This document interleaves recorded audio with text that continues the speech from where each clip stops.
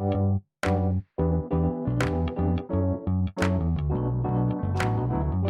by Riverside.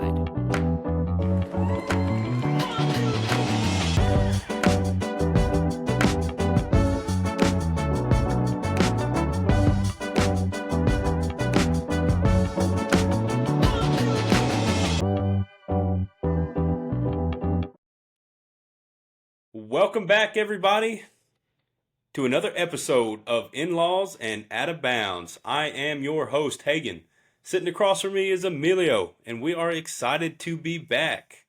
What a weekend of football we have ahead. We've got some lackluster games in the college football world, but we have a full slate of NFL games that should be ready to rock and roll. You've got James Franklin. He's going to be a new head coach of Virginia Tech, and new college football playoff rankings that we are going to dive into and get into. But first, before we kick things off, we have a huge announcement from the booth. For the first time in our podcast history, we've signed a sponsor. That's right, and it's Brewster Bird Hunts. If you're looking to get off the couch and into the wild, Brewster Bird Hunt is the real deal. Elite guided hunts, bird dogs that can read a defense better than most quarterbacks, and experience that is first round quality every time. So do us a favor, make sure you go check out Brewster Bird Hunts.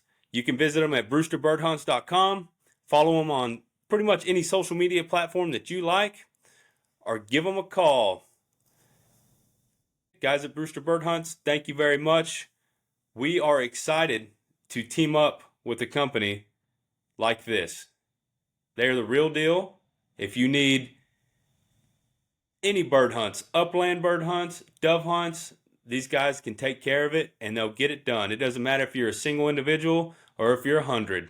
They'll figure it out and they'll get it done. So make sure if you're in need for something, give them a shout. Now, let's get right into the action.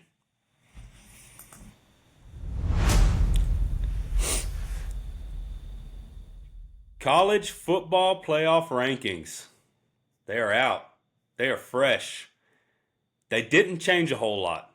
They pretty much played out the way that we expected it to. Is that pretty much what you think, Emilio? Yeah. For some reason, I feel like I had some disrespect I wanted to talk about, but it's missing me right now. But I'm sure once we get into it, I'll remember it. Yep. Okay, well, let's just go down the list and we'll get right into it. So we've really focused on the top 12, but we'll go from 25 up to 1. It's changed a lot towards the back end. You have a lot of teams that are falling off just from getting multiple losses that were up in there. It seems like the committee is trying to push some different teams in there so people can get some ranked wins if they need to, but let's go down the list. So starting it off, number 25 is Arizona State making its first appearance here. You've got Tulane at 24. Houston's 23. Missouri's back on the board at number 22. Illinois is 21. Tennessee is 20. Virginia's 19. Michigan 18. Texas is 17. I told you last week, it didn't matter if they won or they lost. They would be somewhere close. And if they lost, they'd be 17-19. So they can sit right there. And just in case they beat A&M, that's all the talk's been about this week is what would a 9-3 team like Texas look like? Could they get into the playoffs? Everybody's already writing it off that Texas is going to beat A&M and they're going to get a shot at it. But I digress. We'll get into that a little bit here in a second. Coming in at number 16, you've got Georgia Tech. 15 is USC, 14 Vandy, 13 is Miami, 12 Utah, 11 BYU, 10 Bama, number 9 is Notre Dame, number 8 is Oklahoma, number 7 Oregon, number 6 is Mississippi, number 5 Texas Tech, number 4 Georgia, 3 A&M, 2 Indiana, and number 1 is The Ohio State University. If you look at it from the bracket standpoint, 11 and 12, those are your automatic bid qualifiers for your conference championship. So, looking at it from that standpoint, number 11 goes to Miami. They are predicting them to be the ACC conference championship winner right now. And then number 12 is Tulane. They are the highest ranked group of 5 conference out right now. So, your first 2 out in that scenario would be BYU and Utah, who they have ranked respectively at number 11 and 12 in the official rankings. So, Emilio, when you see this list, what's the first thing that pops out to you?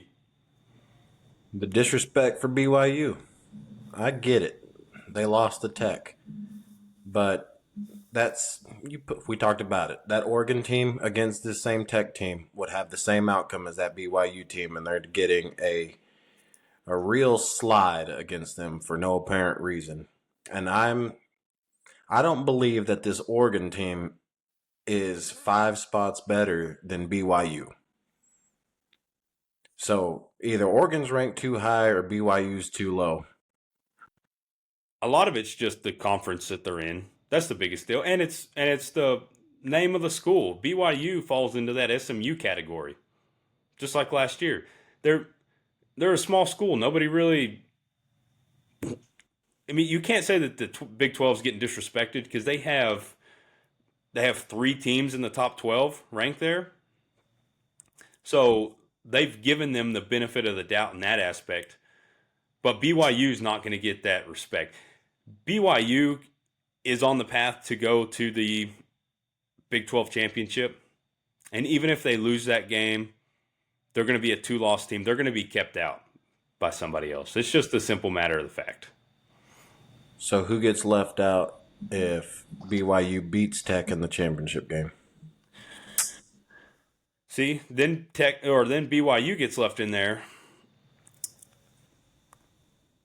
Tech would. Do they get left out? That's a tough one right there. Tech would probably get left out in that scenario. They probably would keep Tech out. I don't think 2 Big 12 teams are going to get into this championship or into this playoff.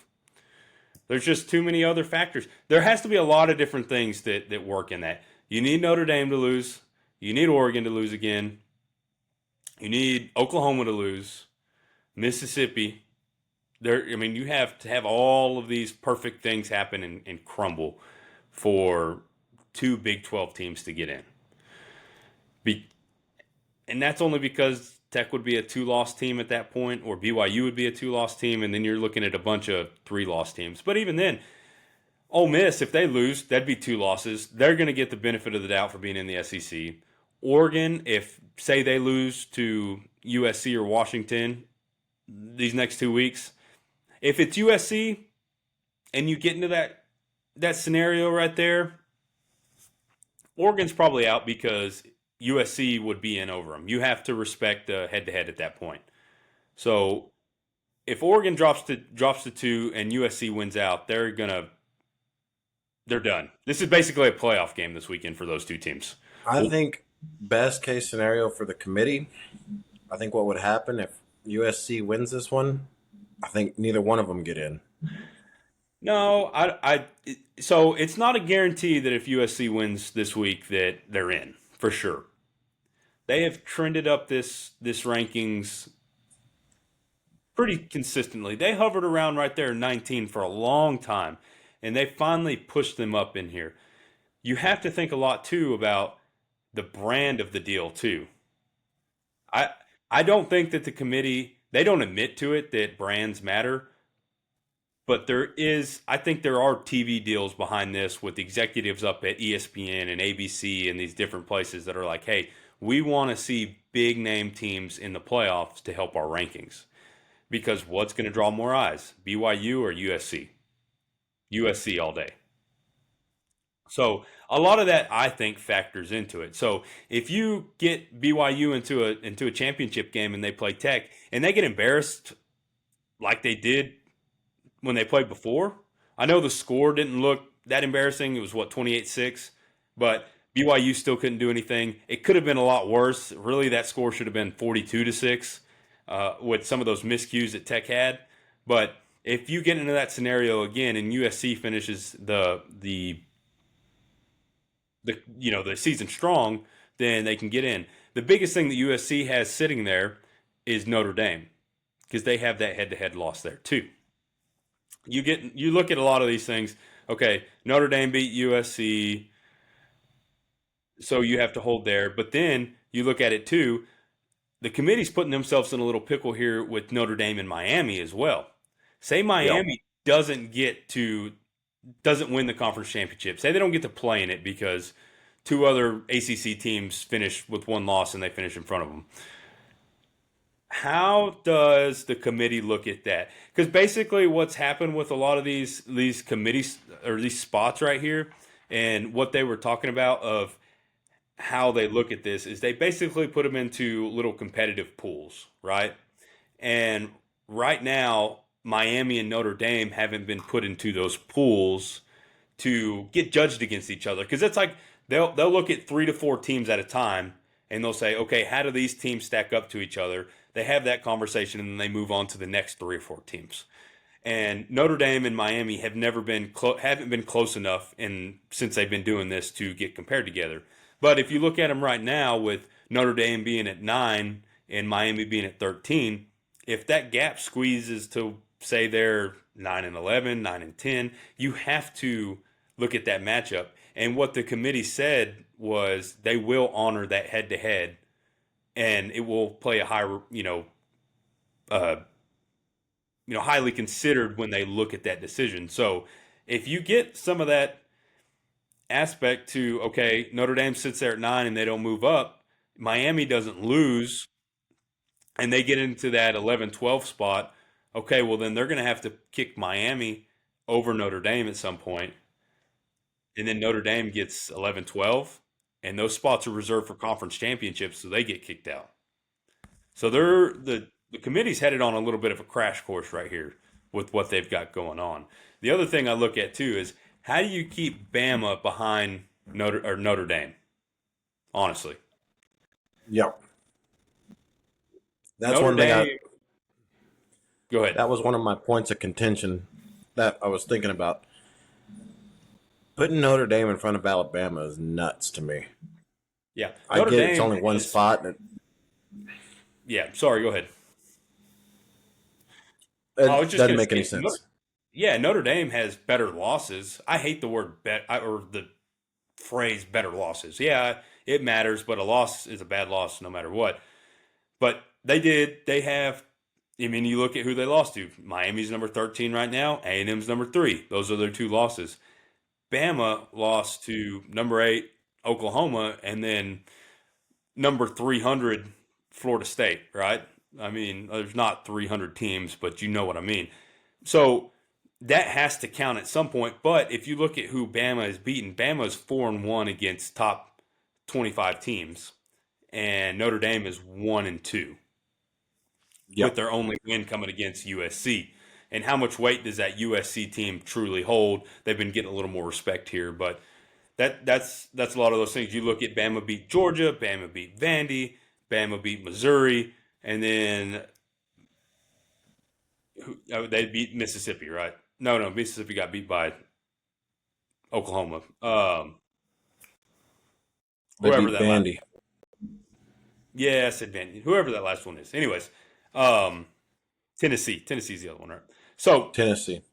yeah, so anyways, those are some things there that get really interesting. This mesh up from 6 to, I mean, really, you look at it 15, 16.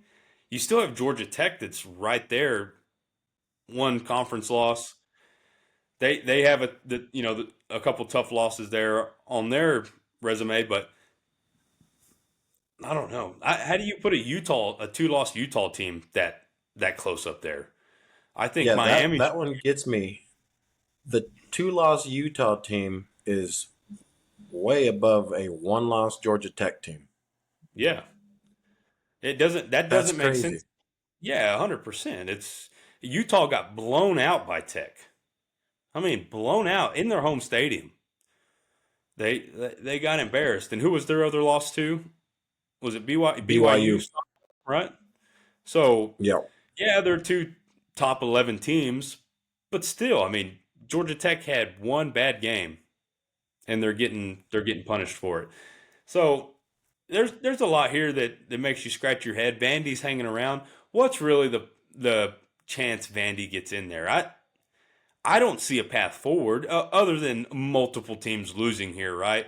I mean, you talk about Ole Vandy, Miss losing, right? Ole Miss losing, Oregon losing, Oklahoma losing, Notre Dame losing. Then you really get into that scramble of, okay, where does Vandy fit in this picture? There's really no other path forward for them at this point.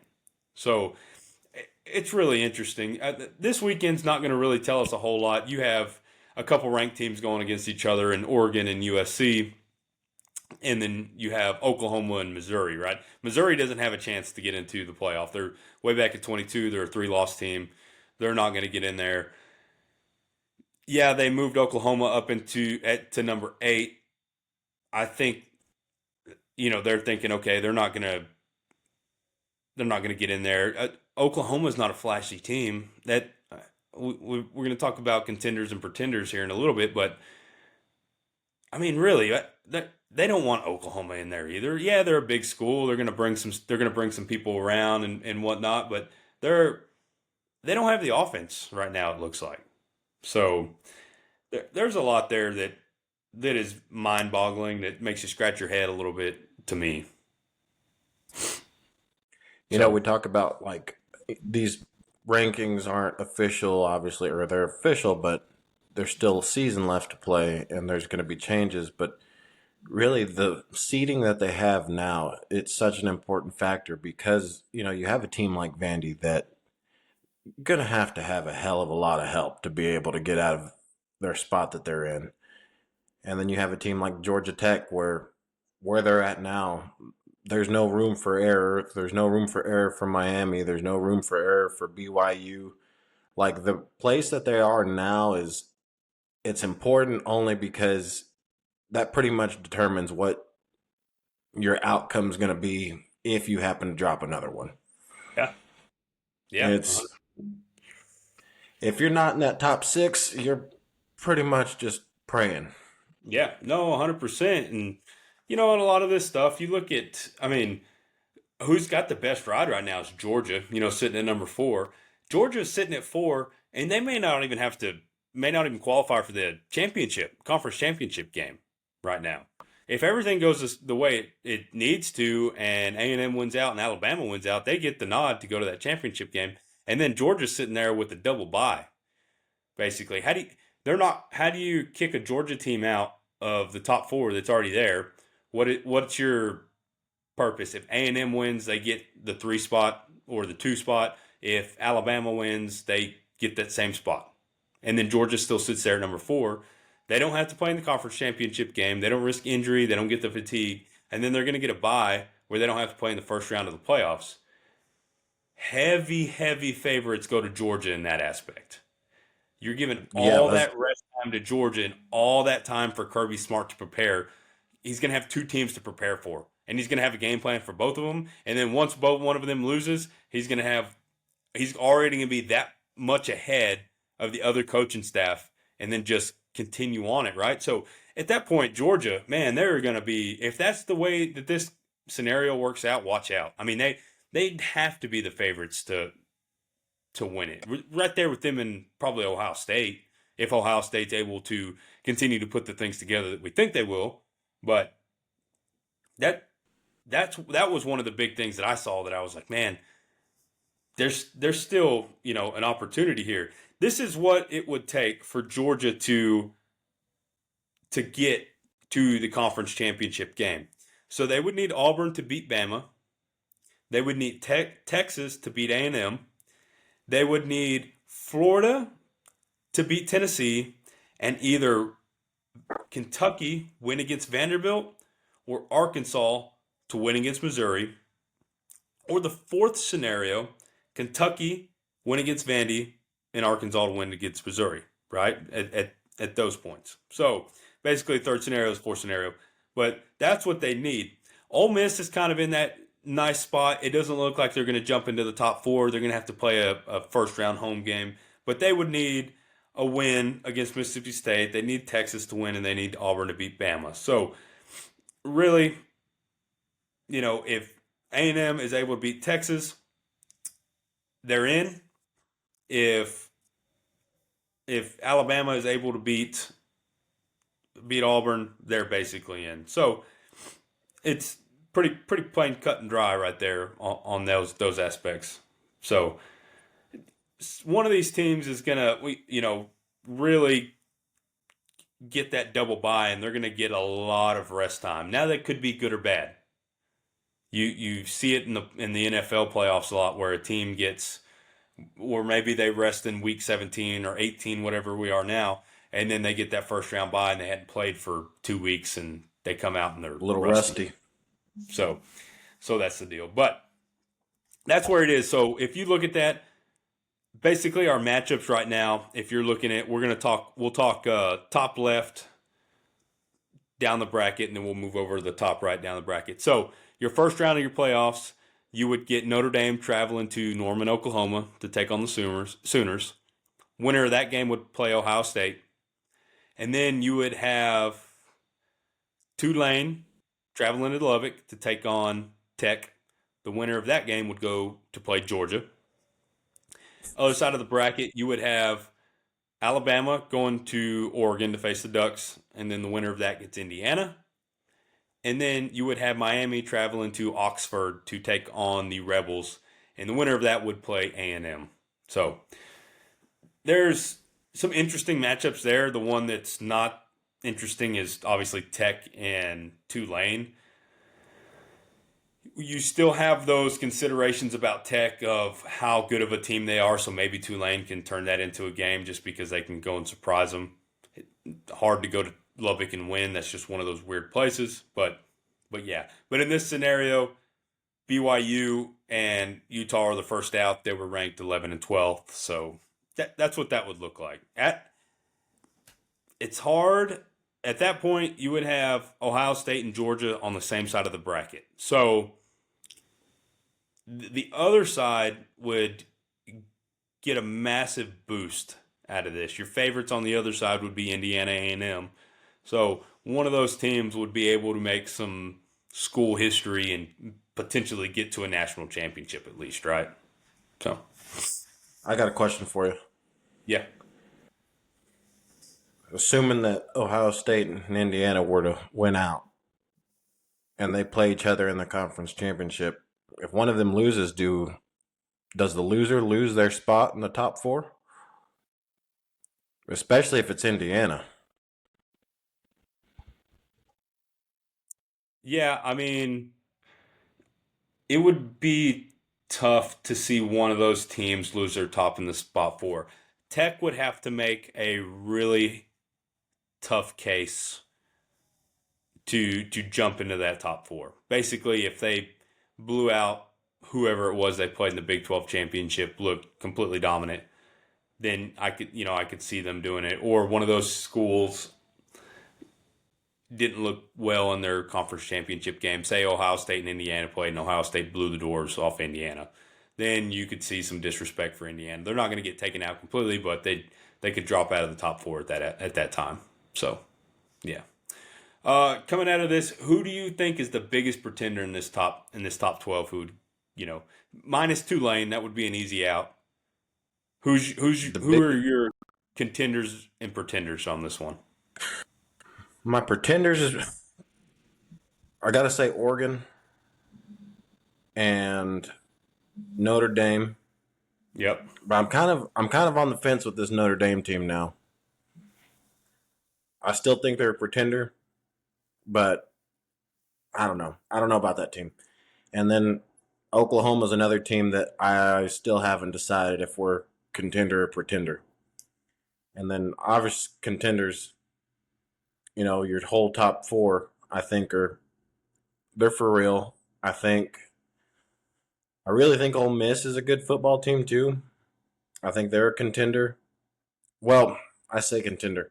I don't think Ole Miss has what it takes to win the national championship. So, from that regard, it would be the top four, and I still think Alabama is a contender to win the national championship. Yeah. To for me, now. yeah, biggest pretenders are Oregon, Oklahoma, Ole Miss, Miami. I think that Tech is not going to win the national championship.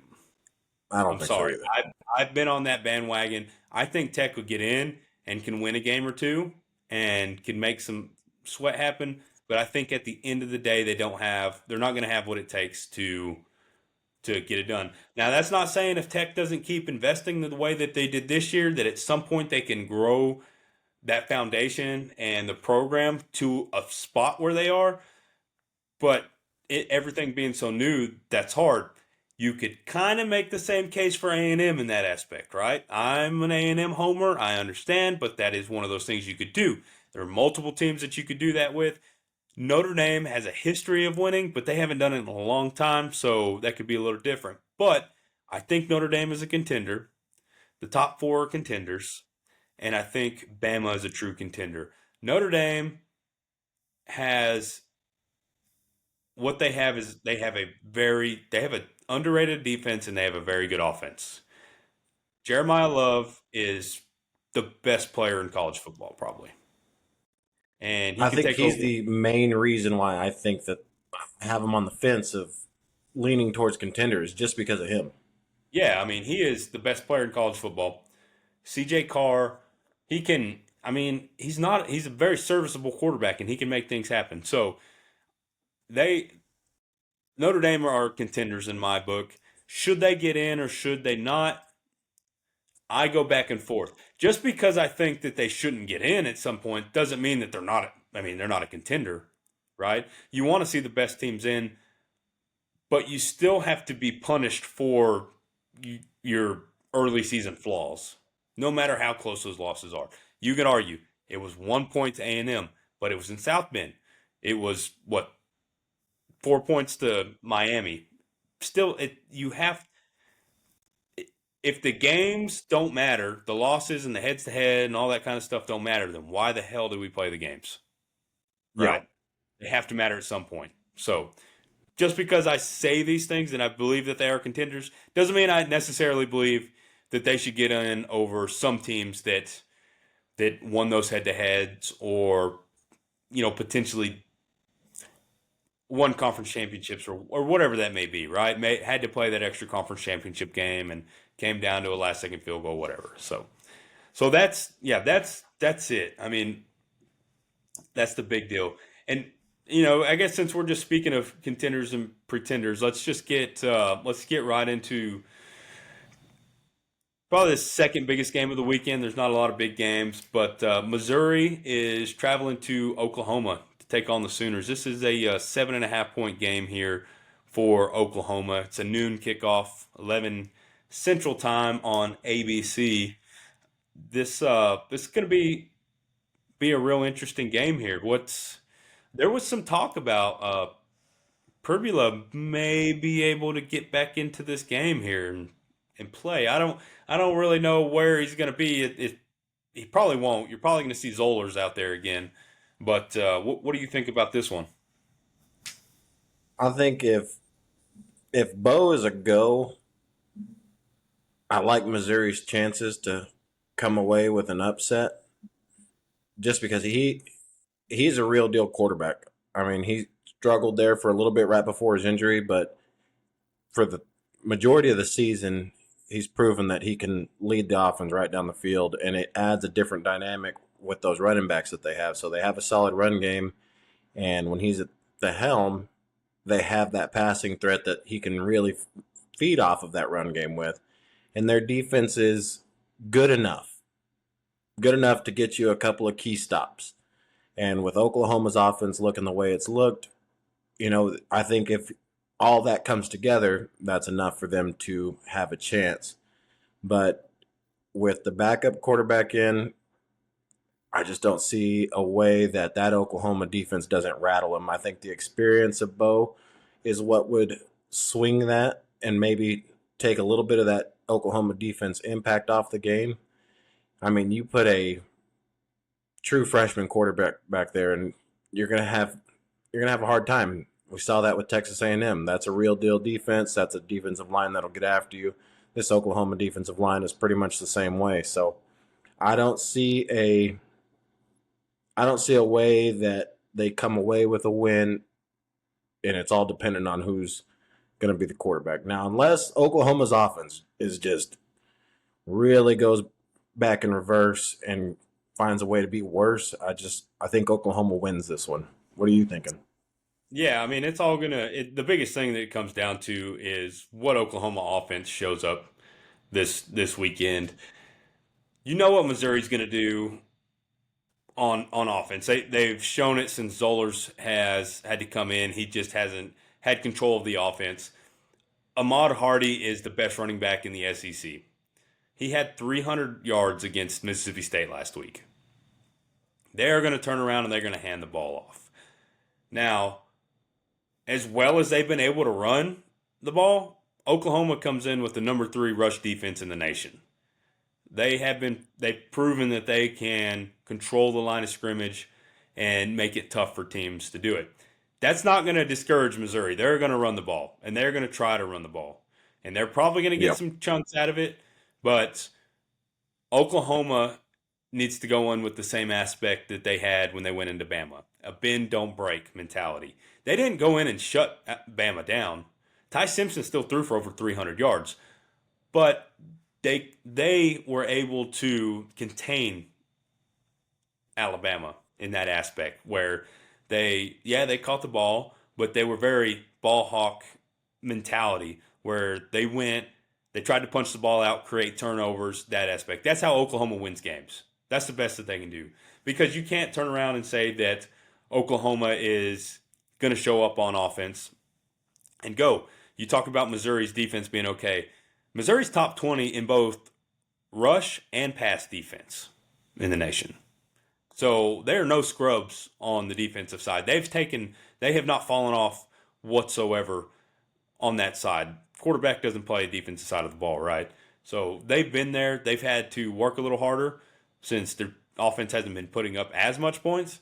But you look at Mateer, and what is Mateer going to do? Oklahoma has gotten a little bit of that run game going, but their backfield room right now is not the healthiest. They're trying to get healthy. They don't really know who's going to play yet, who's not going to play. So a lot of this is going to come down to, can Oklahoma contain Missouri on their rush offense?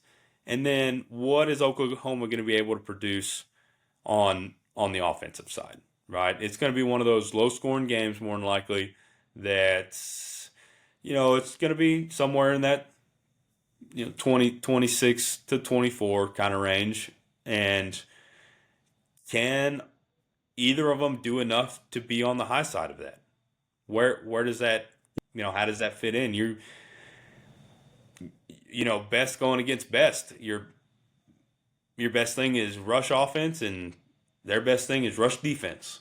So you're not going to be able to put young Zollers back there and say, hey, kid, you're going to have to go win this game with your arm, because as you saw last week with Ty Simpson too, that Oklahoma defense, that defensive line, when they get to pin their ears back and go after quarterbacks, they're the best in the nation at doing it. So don't put your young quarterback in that position. This game could go either way. I've been high on Oklahoma. I have. It could go either way. I'm going to pick the Sooners. If I had to pick in gambling wise, I don't think they'd cover the 7.5. They'd probably win by 6 or so if I had to guess. But I think it's somewhere in there. I just don't trust their offense to show up and put a ton of points on the board.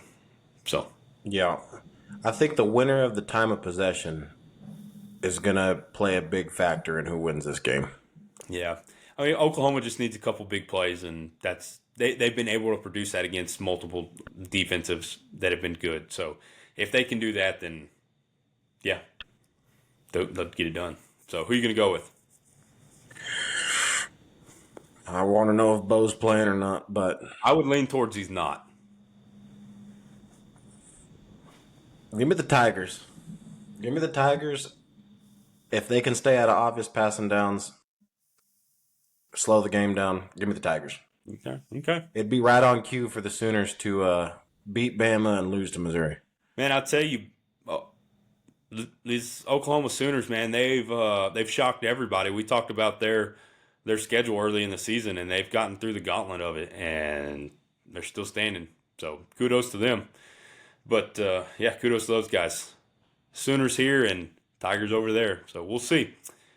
Moving on to the biggest game of the weekend. It's the college game day game of the weekend. You have number 15 USC traveling to Eugene, Oregon to take on the number 7 Ducks. They've got Oregon favored by 8.5 here. This is a 2:30 game Central on CBS. So big game here. This is something that way earlier in the year, if you talked about, hey, Oregon versus USC, it didn't really pop off the sheet so much. But USC has done a good job, especially since that Notre Dame loss, of just continuing to stack wins, look better. They've become a better road team as well. And they had a really impressive win last week against Iowa. There was a lot of I caught a lot of slack on social media. It seemed like about that, and we compared the two kind of, and Oregon had to travel to Iowa, and it was a wet game, and they had to get real physical, and they almost lost it. And then USC got them in perfect weather in Southern California, and it was still a physical game. They won 26-21. I know where you're going with this. You don't understand why I've been a Lincoln Riley bandwagoner here recently. So some interesting things here. I mean, if you were to look at them, the tell of the tape, so to speak, right? Oregon's offense, they're averaging 475 yards a game. That's 11th in the country. 241 passing, 233 rushing, which is 8th best, and then 39 points a game, which is 7th. USC's offense is 488 yards a game. That's 5th in the country. 298 yards passing, which is 10th. 190 yards rushing, and 38.2 points a game, which is 10th. The defensive side of the ball is where you see a big difference. Overall defense, 3rd for Oregon in yards per game. For USC, it's 47th. In passing yards, Oregon is 1st, only allowing 127 yards. USC is 43rd. Oregon is 20th in rushing yards at 108. USC is 63rd. And then points per game given up, allowed, Oregon is 6th in the country, averaging 13.7 points a game, and USC is 41st with 21.7. So, given all those stats, I've got some things that I want to say, but I'm going to give you the mic for a second, and I'm going to let you. I can already tell which direction you're going with this. I couldn't be further away from it. I don't see this being that close of a game. I wouldn't be surprised if Oregon wins by more than 2 scores. I think the biggest difference here is the defense and the way the defense is constructed for Oregon. They have bigger bodies, they're more physical. USC has always been a very finesse program, and they haven't gotten, not since 2005 have they not been a finesse program on the defensive side of the ball. So for me, this comes down to a couple of things, really. Number one, it being in Eugene and game day being there is irrelevant as that might sound. They play differently whenever all the eyes are on them. And quite literally, this is the primetime matchup of the weekend. There's not a whole lot else going on, so just about every pair of college football eyes in America is going to be on this one, and they seem to step up to the spotlight in those cases. Do they? Do they? Indiana. Look, yeah, okay, Indiana, that one was a surprise. Sorry, I'm just saying. No, continue. Right. You're right. But USC's not Indiana. As crazy as that sounds. USC does not strike me as a team that is a contender. This is a team that's just lingered around. They do what they've done for the last few years, and that's stick around that 8-2, finish the season 9-3, 10-3, get into bowl game, and then that's it. They haven't actually amounted to anything, and it's because they lack a defense that can actually contend. And I don't think Oregon's, you know, a contender because we just went over that. And I think it's because their defense isn't quite as good as it needs to be. But it's good enough to beat the brakes off of USC. And I think that's what's going to happen. I don't see a way that USC wins this one. I'm sure you're going to give me a gazillion reasons, and the last one being Lincoln Riley, but I'm all ears. I'll make Lincoln Riley the first reason, right? He's a winner. This is what winners do. But I'm going to tell you, so you touched on Oregon and them being a tough physical defense. Would you say that Iowa is considered that as well? Yes. Okay. So let me read you something. Okay. So Iowa last week, USC beat them 26-21, right? Let me read you Iowa's defensive ratings. These are just numbers on paper, right? So we get into the game, nothing happened. You're right. It was a rainy day when they played Oregon. They held them to 18 points, blah, blah, blah, right? Excuses. That's all it is. Iowa's defense ranked 6th in total yards per game at 261. They ranked 6th in passing yards per game at 157. They're 16th at rushing with 103. And then points per game, they're at 14.9, which ranks 10th. So in the major categories, they are in the top 10 for the most part, and then top 20 when it comes to rushing. Last week versus Iowa, Mavia was 23 of 32, 254 yards and a touchdown, no interceptions. Okay, so right on par, almost right there with total offense that they give up, but about 100 yards more than they typically give up over the season. Miller carried the ball 19 times for 83 yards, so they held him underneath, just him by himself. And the limit caught the ball. He had 10 catches, 153 yards, and a touchdown. It's pretty good stat sheet there. So USC was able to move the ball consistently well against a very tough Iowa team that, on paper, matches up pretty closely with Oregon for the most part. So what I guess I'm saying is, do these stats matter or do they not matter? Because last week they didn't matter. But when you're comparing them for my argument, they do matter. To show you that they're just numbers on a piece of paper that I wrote down from an ESPN article that tracks this stuff. And what it shows you is that Lincoln Riley is going to show these boys, hey, they're just numbers. They're just ducks. We're Trojans. We fight on. We want to go to the college football playoffs and kick these sorry, no good, you know what's out,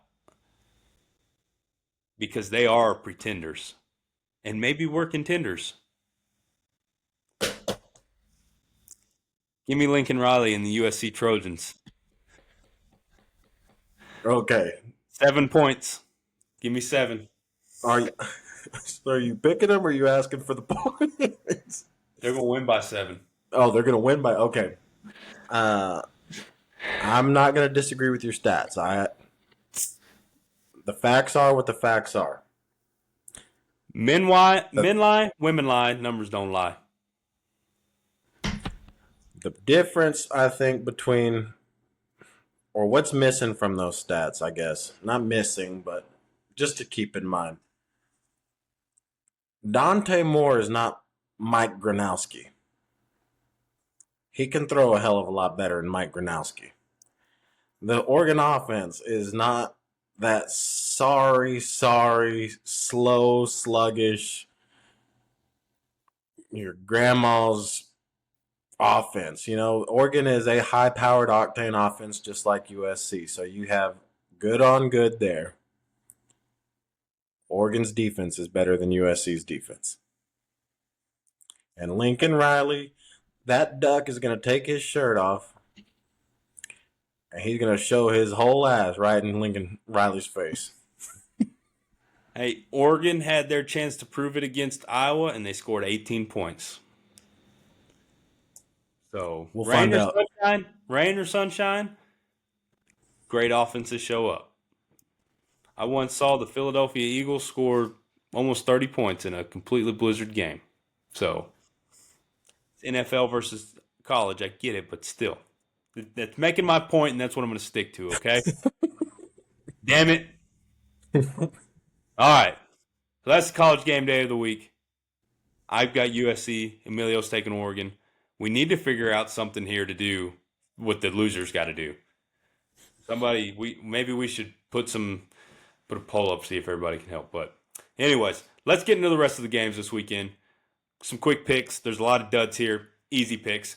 First game of the weekend, you've got number 1, the Ohio State University, hosting the Rutgers Scarlet Knights. Ohio State is 31.5-point favorites. I don't think that's nearly enough. Give me Ohio State. I agree. Couldn't agree more. That's not nearly enough points. Nearly enough.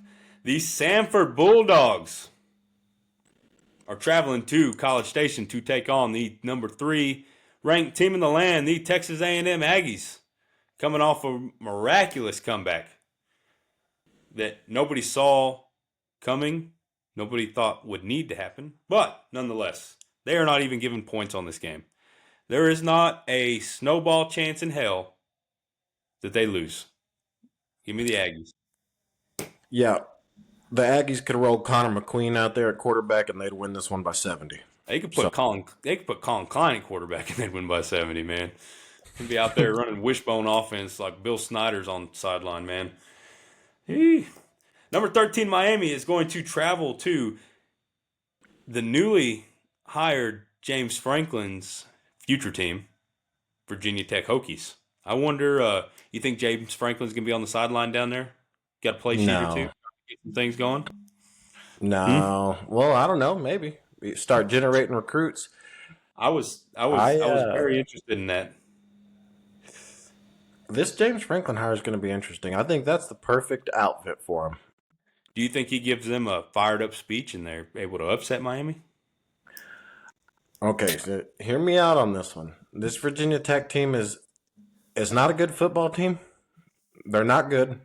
Their record's not good. But their quarterback is electric. Hey, you walk into that stadium, 11 o'clock game, and Enter Sandman comes on, you know. It could all come together. They could. You never know. I don't trust Miami as far as I could throw them. So I don't think it's going to come together. But I think what's the spread on this one? There is no spread. Oh, good. I couldn't tell you why. You would think there'd be something. I mean, but there's no spread. I would be very, very shocked if Miami drops this one. I think they win. But you know what? It could be interesting. I think it could be interesting. For some reason, my gut's telling me take Virginia Tech just because James Franklin's going to go in there, and he started this thing off hot and fire, and those kids want their NIL money. Virginia Tech's, they're putting $229 million into their athletic department, and they're going serious. And James Franklin said, we're going to win a national championship. Penn State missed out. 12 seasons, it wasn't long enough. He needed one more to get there, you know. So some people are saying that money should have gone to the school. Ain't the football team part of the school? What's everybody crying about? Exactly. You know what? This may be a terrible pick, but give me the Hokies. Don't hold me to that one. Number 4, Georgia is going to host Charlotte. This one's a 43.5 point right here. Give me 53.5 on Georgia, man. That's a lot of points, but Georgia's going to smoke them. Yeah, Georgia will win. Georgia will cover. East Illinois is traveling down to Tuscaloosa to take on number 10 Alabama. No spread on this one. Give me Alabama. Same. It's not going to be close. Yep. Syracuse Oranges are traveling to South Bend to take on the number 9 Fighting Irish. You got Notre Dame minus 35.5. Give me Notre Dame. I'm surprised by that one. You're relatively high on these Orangemen. Yeah, they've fallen off pretty hard, and Yeah. it's hard to win in South Bend. Now, Notre Dame wins this one. Wins it easy. They won't cover the 35, I'll give you that, but it'll be like 28, but still. Yeah. So, Kentucky is traveling to Nashville to take on the number 14th ranked Vanderbilt Commodores. They got Vanderbilt minus 9.5 here. Give me Vanderbilt. Kentucky, if they were playing Texas, I'd take them, but it's Vanderbilt, so. Yeah. I'm hoping that Vanderbilt got some good use out of that bye week, comes out fired up, finishes their season strong. They still got a chance, so they really need to work on crushing these teams these last couple games. So Yep. I think Vandy wins. For sure. You have Arkansas traveling to Austin to take on the number 17 Texas Longhorns. Texas is favored minus 8.5. Is Green playing in this game is what I need to know. That's what I need to know. I don't know if he's playing or not. That is my deal because if he is, Upset alert. I've been thinking about this one for a long time, and I've kind of had this one circled, honestly, about them getting past it. Everybody, I talked about this earlier, and I'm going to get off on my rant again. I apologize. So, if you're a Texas fan, it is what it is. But everybody's looking at A&M, and everybody is in Texas, right? And everybody's saying, oh, what does a 3-loss Texas team look like? Assuming Texas beats A&M. Oh, Texas is going to beat A&M. So what do we do with Texas and getting them into the playoffs? I told you this was going to happen. Sat here and said they're going to move them right there to where if they do get an impressive win against Arkansas and then they beat A&M somehow, they're going to be like, hey, look, we have Texas right here. We can slide them in case some kind of chaos happens. Or if chaos doesn't even happen and they're like, hey, they're a good team. They just beat A&M, who's unranked. Whatever. Man, I get so tired of having to listen to that talk. But with me saying this, I think Texas could be looking a little forward here. Be looking to next week, right? A&M obviously doesn't have really a game at all. And they still have to contend with this. Arkansas can move the ball. If Green's playing, he is a dynamic quarterback that has proven that he can go toe-to-toe with some good defenses, aka, like A&M, right? And he can do it. So it looks like A&M, Green played last week, so he's going to play this week. So this one is a tough one. If you're going to pick them, I'm not going to pick them because I ain't going to double whammy this and then jinx it. So go for it. Turn that damn jukebox on. Woo piggy. Woo piggy. Man, I want Arkansas to win so bad, and I could see it. I can see it right there. I could see Green beating them. I could see it taking it because there's some drama in Austin, I think. And what happens to old Stark, man? Is he's not able to get the full potential out of Arch like everybody's, and that those T-sips up there are getting restless on this, especially with them Aggies getting all the potential. I think if you look at Arkansas, you get one or two teams. You get a team that goes to Notre Dame and gets the doors blown off them, or you get a team that plays Texas A&M and plays them down to the wire, or you get they've played a lot of good teams very competitively. Texas A&M, Ole Miss, they're not an easy. Their schedule or their record you would think they're a bad team, and they're not a great team. I mean, anytime you fire your coach halfway through the season, you're not a great team. But Bobby Petrino can put up points. Yep. And it's one of those this is not Kentucky's offense. This is Mississippi State, but better as far as the offense goes, and a defense that's pretty much the same. Texas cannot come into this one sleepwalking, and I think that there's going to be way too many people that are going to come in sleepwalking, thinking that, oh, we just got to beat the Aggies and give ourselves a chance. Give me the Hogs. The Yeah. Hogs are going to. I got faith in them. Yep. I'm just gonna pick the Hogs too. I don't care. Whatever. If we do it, I don't. Yeah. Just give me Arkansas. Old school Southwestern Conference rivals too. This one probably means a lot more to that Arkansas program and fan base than it does to the Texas one because they're two completely different programs, right? Yep.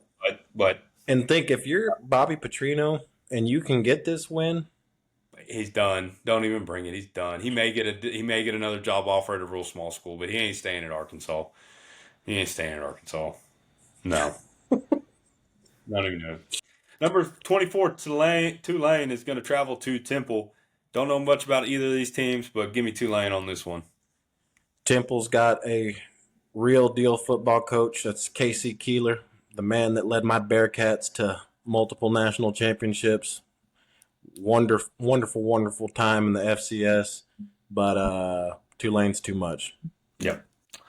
Kansas State is traveling to number 12, Utah here. Utah is 17.5-point favorites. Kansas State is always a team that can upset, but that's when they're in Manhattan, not on the road. Give me the Utes. Same. I agree. Yep. Number 18, Michigan travels to Maryland. Michigan, I think they're going to be locked and loaded. They may be looking ahead to Ohio State next week, but Maryland's just not that good of a team. Michigan should be able to get past them. Give me the big blue. Yep. Landon. We're getting closer. TCU is leaving Fort Worth and headed down to face number 23 Houston Cougars. Houston is only favored by 1.5 here. And Houston team's been weird. TCU, they haven't been that great. I'm gonna take the Cougs here, just because TCU, last week they didn't put much on film. So Yeah, TCU had a weird week last week. I think. Did you pick them to pull out an upset last week? I did, and yeah, it It backfired. didn't pan out. Yeah. This is a weird game to me. Neither one of these teams are very consistent. A 1.5 point spread, I think people would agree. Give me TCU in this one. Heck yeah. Pitt is coming off that loss to Notre Dame, and they're traveling down to Atlanta to take on number 16 Georgia Tech. Georgia Tech is 2.5-point favorites here. I could see Pitt getting the upset here. I've been high on Georgia Tech. Pitt trying to get that bad loss out of their mouth.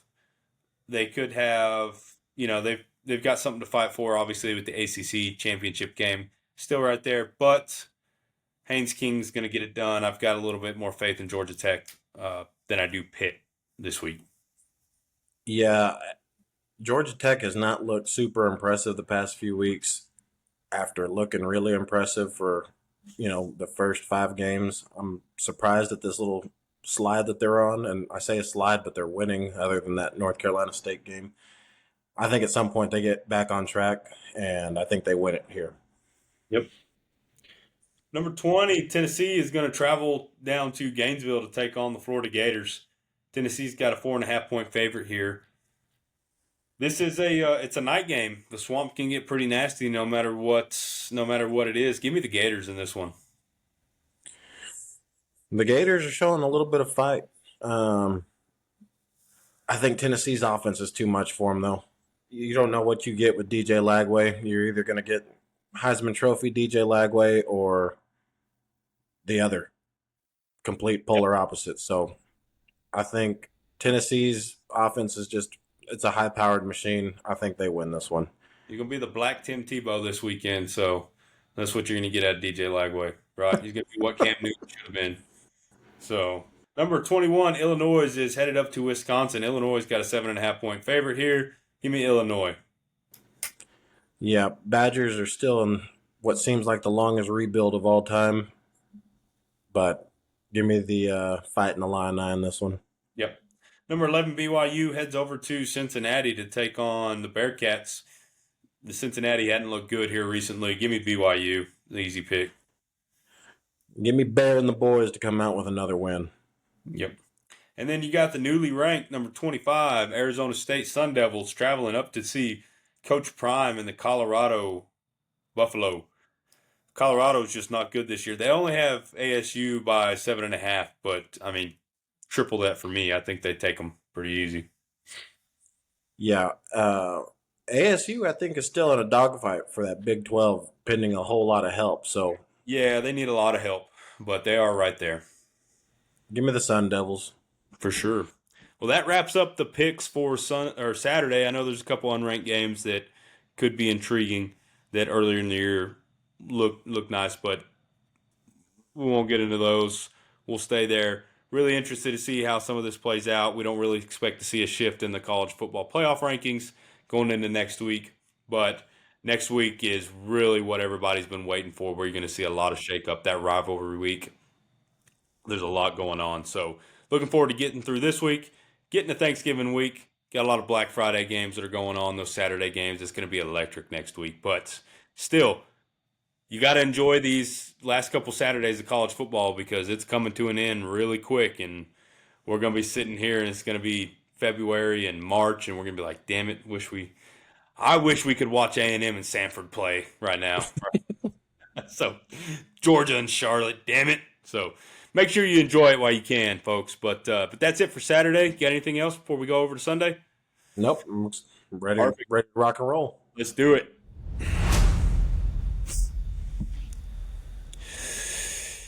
Yes, sir. Let's get into it. Sunday, Sunday, Sunday. Just like a sale. I guess we're not going to start Sunday. We're going to start Thursday. We got the Buffalo Bills traveling down to the recently improved 500 Houston Texans here. They got the Bills -6 here.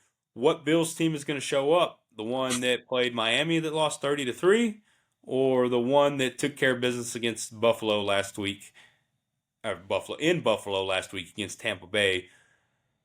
That's going to be the tough deal. It looks like on the road they're a little tougher. Houston has the number one ranked defense in the National Football League right now. You are going to have Davis Mills playing again, I believe. C.J. Stroud, it's just too short of a week. So it's not going to happen. So that Buffalo defense has looked tough at times. I don't think that Houston's offense is going to have enough to keep up with Buffalo. It seems like. I mean, the thing with Miami, at least they have weapons that they're able to score, right? You have a legit running back with Achane and Waddle's out there. Tua can at least get the ball to him. Houston doesn't have that. They have Nick Chubb, past his prime Nick Chubb, and Davis Mill has been good at getting the ball out to Nico Collins and recently Higgins. Dalton Schultz isn't the player that he used to be. So it's going to be really hard for Houston to keep up in this. So I think this is going to be one of those games that is pretty close through the first 3.5 quarters-ish, or I guess 2.5 quarters into that mid-third quarter, and it's going to kind of break open because Houston's defense is legit for sure. But the problem is, can they score enough to keep up with them at some point? Can they get, around that 28 points to do it? They did it against Jacksonville, but yeah.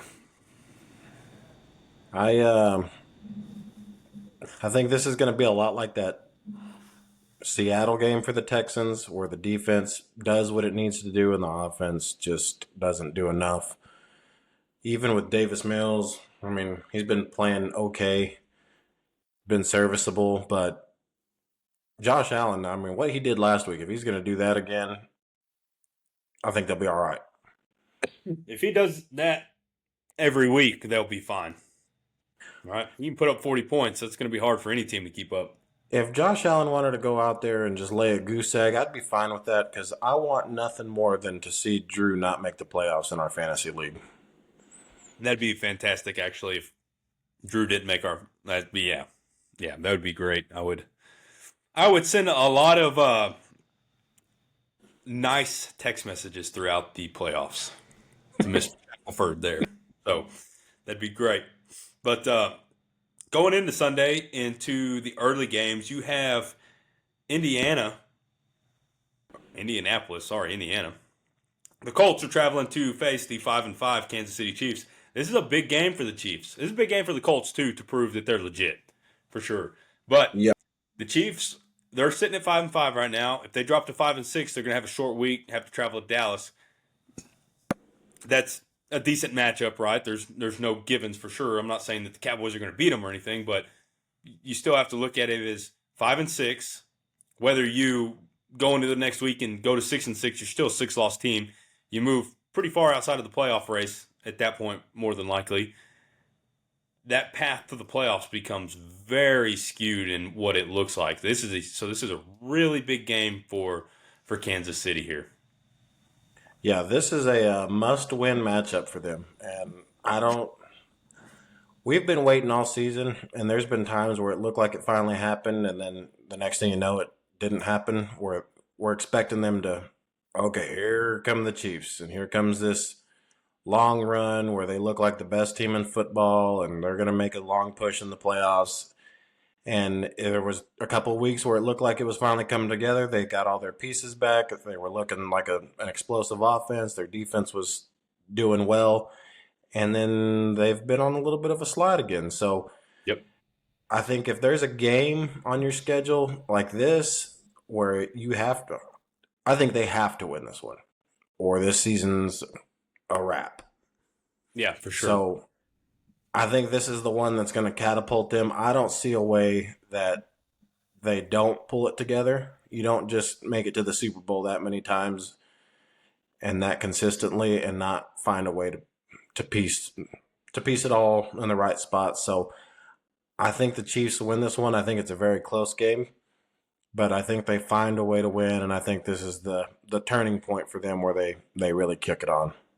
It'd make me feel a lot better if the Chiefs won this game going into next week, but I don't see them being able to contain Jonathan Taylor enough to stop them. So give me the Colts. Give me the Colts in this one. The Steelers are going to travel to Chicago to take on the Bears. They got Chicago favored by 2.5 here. Rodgers is going to play, but he's got injury to that left wrist, so that's going to affect him. The Bears have been okay on defense. I just don't trust this Steelers offense whatsoever. Now with Rodgers banged up, he's saying that he's going to play a little safer. What does that mean? I don't really know. I just don't trust the Steelers. Need the Bears to lose for my personal benefit, but I see the Bears winning this one. I think this is an interesting matchup because the Pittsburgh defense is such a opportunistic defense. It's in order for them to win games, they got to force turnovers, and there's games where that happens at a surplus, and there's games where it doesn't happen at all. They don't just come out and shut you down. You don't go 3 and out. You either get a fumble or an interception, or you score on them. So, Yep. Depending on which Pittsburgh defense shows up, I think is going to be the big factor in this one. I'm going to go with the Steelers. I think they have one of those games where they force a handful of turnovers. Caleb Williams they've looked better, but not very impressive. He struggled a little bit with the Vikings, and I think the Steelers have just enough star power to force some turnovers and keep them afloat. And I think the Steelers understand that this race with the Ravens is getting a little bit tighter, and I think they're getting a little nervous. So got to take care of business in this one. Yeah. Are you there? The Patriots are headed to take on the Bengals. It looks like Joe Burrow is leaning closer to playing, but they should probably keep him out. Patriots are going to take care of business. That's an easy one. The Bengals can always light up the scoreboard and make it interesting and whatnot, but looks like they've gotten on a little bit of roll here, and the Bengals defense is just terrible. So not much of a decision there for me. Patriots. Yep, that one's an easy one. Yep. The Jets are going to Baltimore to take on a smoking hot Ravens team. The Ravens are favored by 13.5 here. The Jets are just the Jets. Tyrod Taylor is going to start this week. They benched Justin Fields. They have the worst passing offense in the entire football league. It's abysmal. Tyrod Taylor is going to be able to go in there. He is a savvy veteran, and he's going to give a boost, an upgrade there. But Lamar's back. He's been playing really well these past couple of weeks. I don't see a place where the Jets can keep up. So give me the Ravens. I saw something that Lamar was on the injury report with an ankle. He probably is, but that's just one of But those he, things. Yeah, yeah, I mean, it's Wednesday. They put people on there. He probably practiced. He limited practice. He'll play. I think the Ravens defense has been playing better, and I think for a team that's playing better and still trying to work on getting better, this is the game you want to do it. So I think the Ravens win this one, and that AFC North getting closer and closer. Yep. Look for Mark Andrews to have a big game this week there. The Seattle Seahawks are going to Nashville to take on Tennessee Titans. They've got Seattle 13.5 points. This one is pretty easy. I think the Seahawks are going to want to get that loss last week to the Rams out of their mouth. They're going to come out, look for a big game on the ground. Kenneth Walker and then Charbonnet, they're going to tear it up. So if you have some outside of Smith and Jigba, don't start any Seahawks receivers if you're looking at fantasy because it's probably going to be over pretty early, if I had to guess. Yep. Yep. So Seahawks roll in this one. They too much. Tennessee's terrible. Gosh, they're bad. Yep. The Vikings are heading to Green Bay to take on the Packers. They got the Packers -6 here. The Packers defense has been doing pretty good here recently. Their offense has been left with, something to desire. Now, Josh Jacobs looks like they're saying that he's week to week and that they're looking at his knee. He is trending to likely not play this week. And if they're smart, they wouldn't play him. That's going to leave a big gap in their rush offense. Sure, they can plug somebody else in and they can, potentially grind some out on the ground. But Josh Jacobs is a special running back. He creates a lot of things. He runs the ball really hard that you just don't get out of every running back, right? J.J. McCarthy has looked okay here recently. That Vikings defense is a good defense. I think they're going to want to get some of this out of their mouth. I'm going to pick an upset with the Vikings here on this one. I like your pick. I think the thing that makes me go towards the Vikings in this one is with Josh Jacobs being out. That kind of puts you into a position where you're not in obvious passing downs, but if they can't get anything going on the run game right away, they're going to be in some pretty obvious passing downs, and Brian Flores knows how to draw it up. Mm-hmm. And for the style of play that Jordan Love's been putting out there as of recent weeks, that's not a good matchup for him to be going up against that Vikings defense. So I like the Vikings in this one. Yep, we agree there. So the Giants are traveling to Detroit to take on the Lions. Jackson Dart was back at practice. I don't know for sure. I don't think they know for sure if he's going to play or not. I would assume he's going to sit out one more week. Probably gets Jameis Winston here. The Lions are going to want to get things going again since they had that terrible offensive output against the Eagles on Sunday Night Football. The Giants just don't have enough right now to keep up. They're missing a lot of key components. So I think the Lions are gonna dial some things up and they're gonna beat them pretty handily here. I think the Lions win this one. I think if Jameis goes out there, I see it being a close game. Hey, Jameis is going to light it up.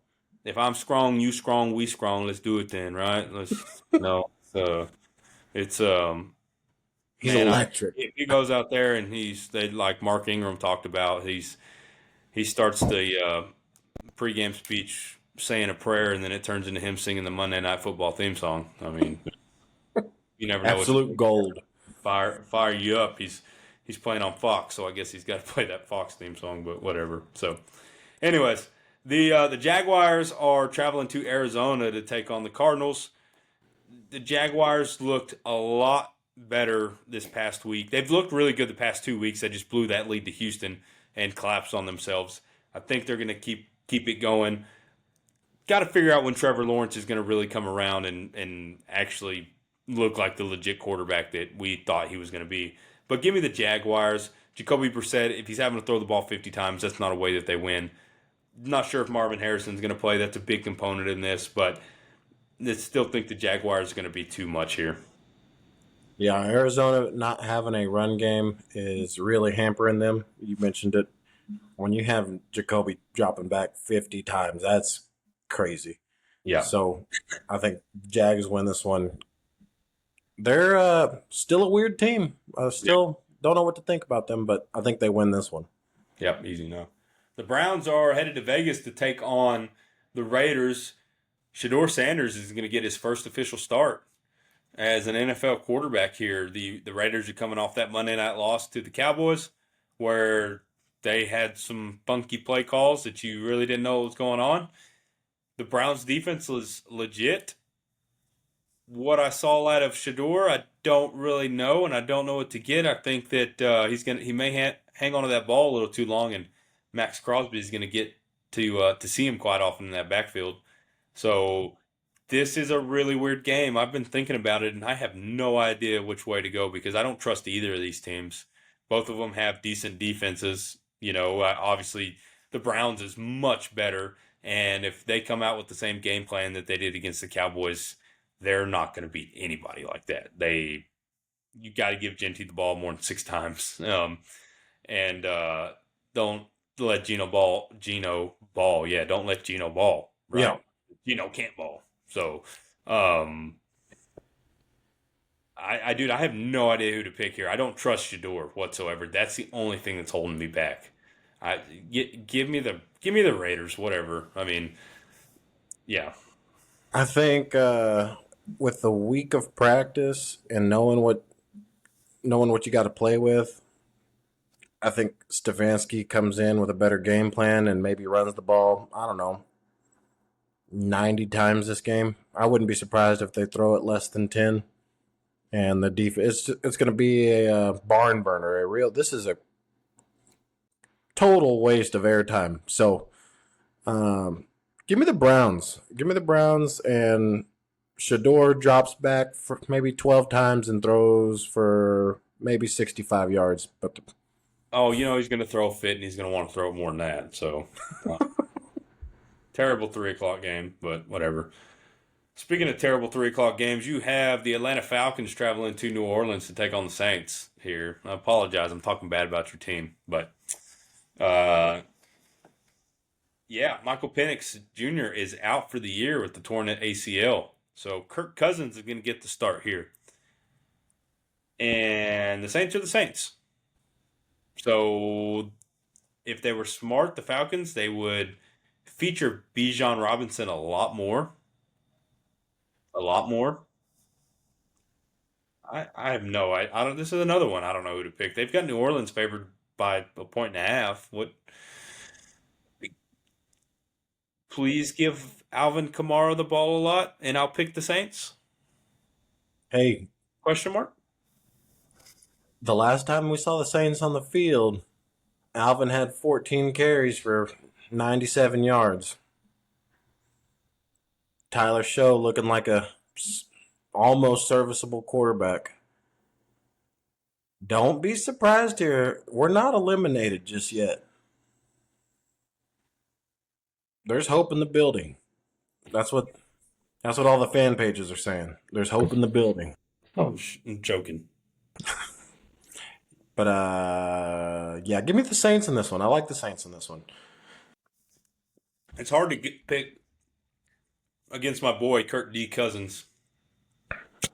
He's the It's man. that 3:00 time slot though. That's not a good Kirk Cousins. Give me the Saints and Kamara rushes for $150 and 3 tutties. I like it. I can dream, right? You sure can. Big game of the day. Philadelphia Eagles.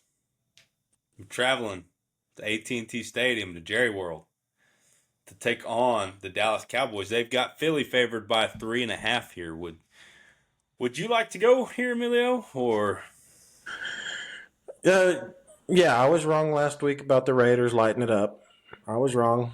There were different points where I thought, man, if Geno could just do something that looked even okay. I underestimated just how bad that Raiders offense was.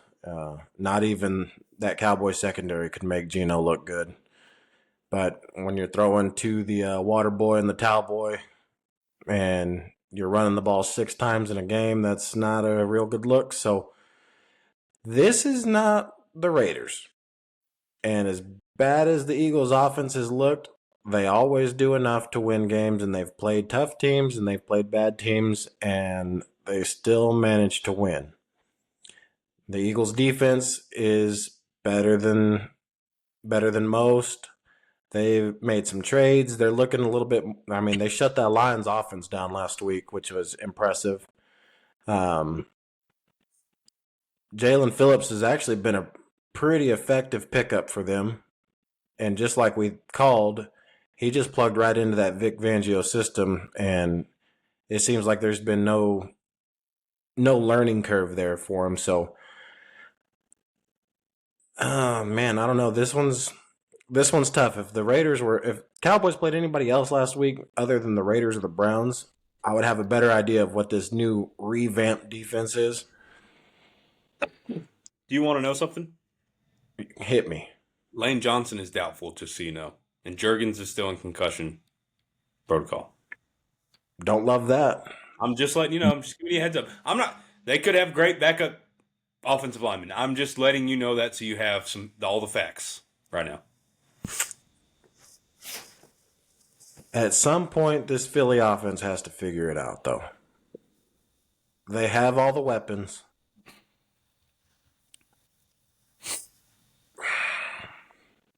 I don't love this one. Where's this one at? This one in Philly or in Dallas? Why do I do the intro if you're not going to listen?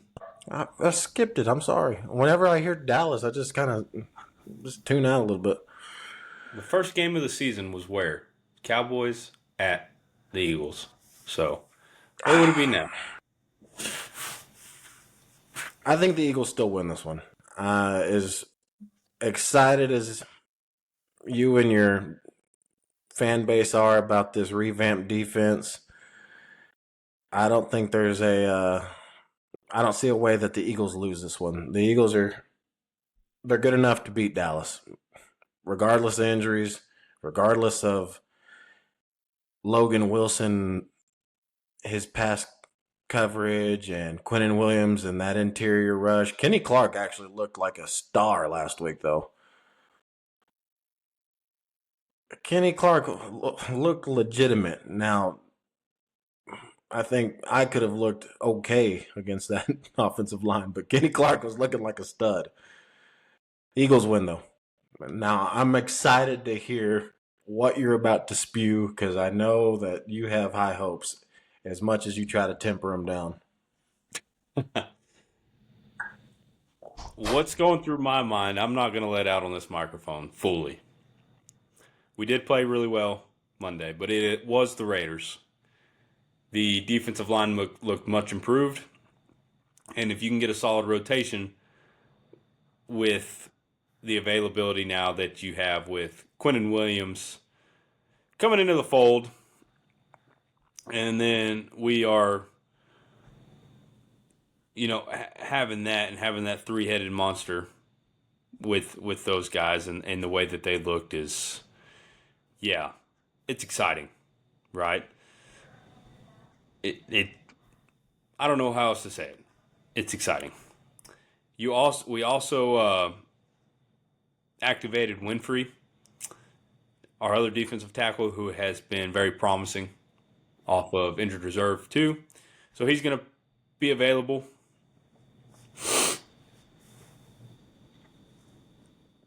That defensive that linebacker core, man, the rotation that they're able to have now with getting Overshown back and getting Logan Wilson there, and then James on there on the field. Kenneth Murray's able to get in some spots. I'm not as huge of a fan of his, but being able to rotate those guys around, the secondary rotation that they were able to have with having Donovan Wilson back and Malik Hooker back, and then Revel was out there, and Bland's played a little better last week.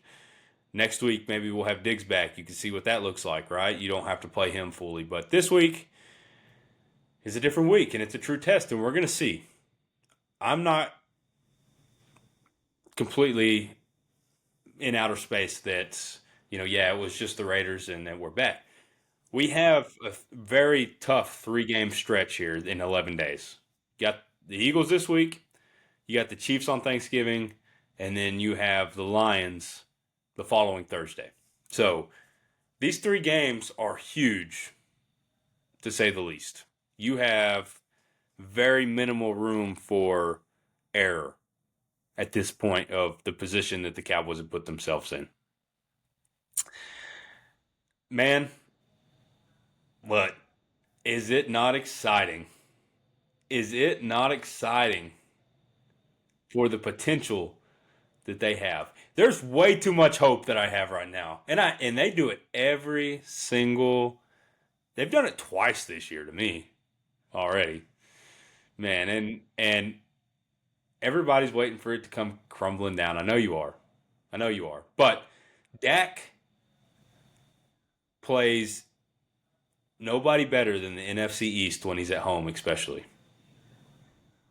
And if those 2 receivers are 2 gambling receivers that stay out till 7 o'clock in the morning, hitting the crap stables or whatever, if those 2 guys can come out and play like they did on Monday, and we can run the ball with Javonte Williams like we have, it's going to be tough to stop him, man. George Pickens played like a man possessed on Monday. And we got a high-flying offense. We do.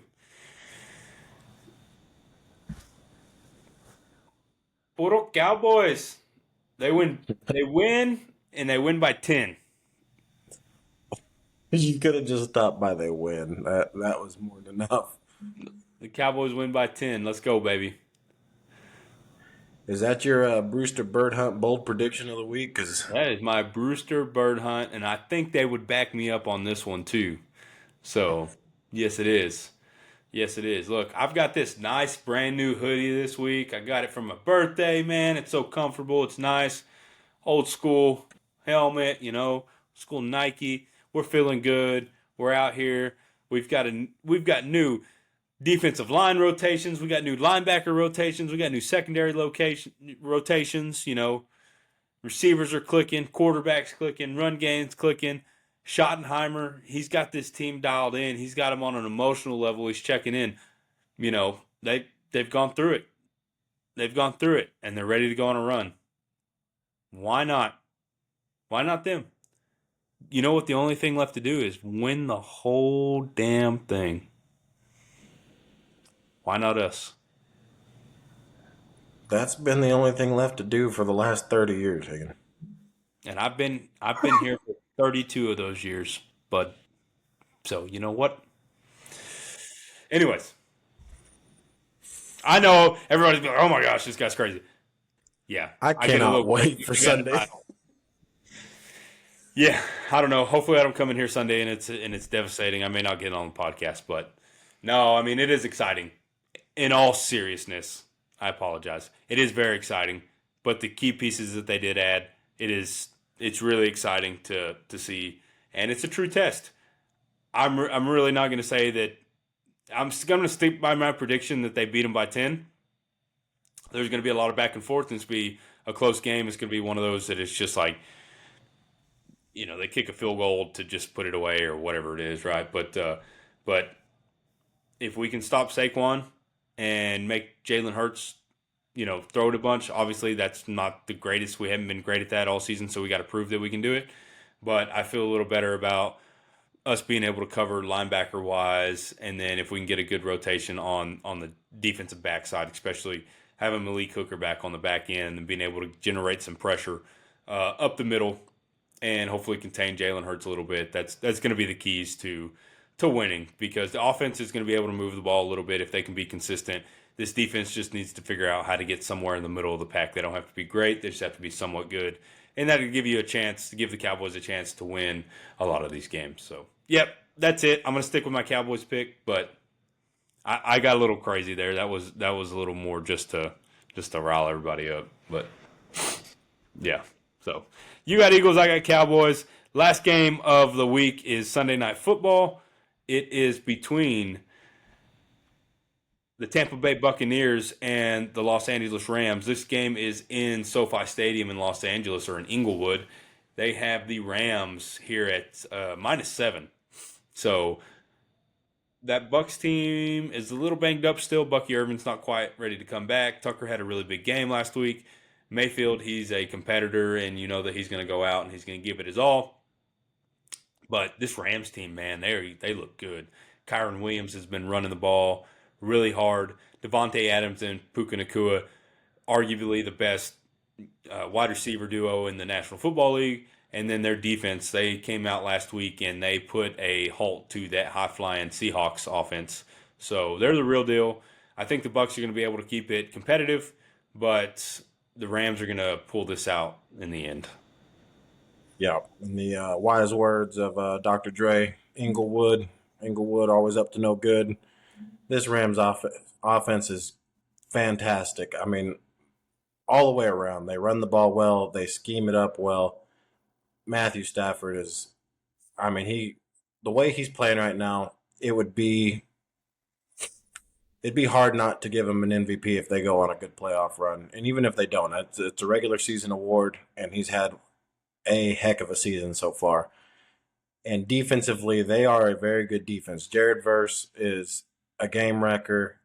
Their linebacker group is a very talented bunch all the way around. This team is just a complete team. At least they've looked like it through this point in the season. The Bucs, they looked good early. They battled through all these injuries. They're still in a position to win their division, but they're not in a position to win this game. So give me the Rams. For sure. Well, that wraps up our picks for Sunday. We'll touch on that Monday game when we put our episode out on Sunday. When we come back here Sunday, we'll touch on that one, give our prediction there. But yeah, man, we covered a lot there. We did all the big games. There's a lot there. You got anything that you want to say to the folks? Or you got anything else that we missed? I mean, there's a lot of NBA's going on. There's a lot that's happening there. There's soccer. There's hockey. There's probably some cricket somewhere. I mean, anything? Crickets? Yeah, I got crickets outside. Yeah. Yeah. I was going to say a Forrest Gump quote. Keep my mouth shut. Yeah, let's not as bad as I could. I can really hit that line well, but I won't do it. Yeah. Different day. Different day. Yeah. No, I mean, even the Texas high school football playoffs going on. It's getting interesting. I've been keeping up with the Odessa Permian Panthers just because, and they might be back after all this time. Yeah. They're looking good. So it's an exciting time for football. For sure. Yeah. Yeah, it was tough to see. We had a lot of area teams that they made it there and they weren't able to get out. Sabinal went to the first round. They lost. Knippa, they faced a really tough Menard team and weren't able to do it. Hondo, they had a really good season going. They weren't able to do it. Bandera was undefeated. They were 10-0. They got bounced out of the playoffs early. So it's tough to see a lot of those area teams around not be able to do it. Now, you do have Brackettville and Crystal City that are still going right now. Brackettville plays Shiner. That Shiner team is really tough. Shiner's always had a really good football team. I think it's going to take a lot for Brackett to be able to get over that hump. Shout out to Coach Keller, my old high school coach. He's over there with them Shiner Comanches. They're a tough program. They always have been. And then I'm not 100% sure who Crystal plays, but they've got a pretty good team down that way. I just kind of what I've seen on social media and stuff like that look like they've got a good team. So good luck to those guys. That's good there. You know, it's unfortunate that a lot of our teams weren't able to get out of the first round, but hey, it is what it is. You had a good season. Come back. I think a lot of them were young teams, so better chance next year. Especially Knippa. They've got a lot of young guys in the young football program, so hopefully they can keep growing and doing better. Love Coach Navarro, Coach Rod over there. They're great leaders of young men and molders into men, right? So good things happening in the area. Hopefully we can see some other teams, rise up to the challenge. So, yep. But anyways, guys, great episode. We had a lot of fun. Again, thank you to our first ever official sponsors, Brewster Bird Hunts. We really appreciate those guys. If you're serious about going out, getting some doves, making sure you hit your limit every time you go out. Landon and the crew, they're going to take care of you. Doesn't matter if you're a single hunter, you're 100 hunters. They'll figure it out. They're gonna make it happen. So visit them on their website, brewsterbirdhunts.com. Find them on social media, Instagram, Facebook, TikTok, I'm sure, all that kind of stuff. Or give Landon a call, 830-261-1746. So, shout out to him. Upland birds, dove. I'm sure he can find you pretty much whatever you want. So they got the best guides and the best dogs in the business. So we really appreciate them, and make sure that you give us a follow. We, Facebook, Instagram, TikTok, YouTube, all that stuff. We really appreciate the support that you guys give us in whatever capacity that you listen to this episode, or if you're just involved in the reels and different things that we put out. We greatly appreciate it. We just started doing this because we thought it was fun and we wanted to talk about football. So here we are. We got a sponsor, and we're really enjoying it. So thank y'all very much. We hope that you enjoyed as much as we do, and we'll see you Sunday with some reaction. So, you good, Emilio? Got anything? All good, all clear. Well, this has been another episode of In-Laws and Out of Bounds.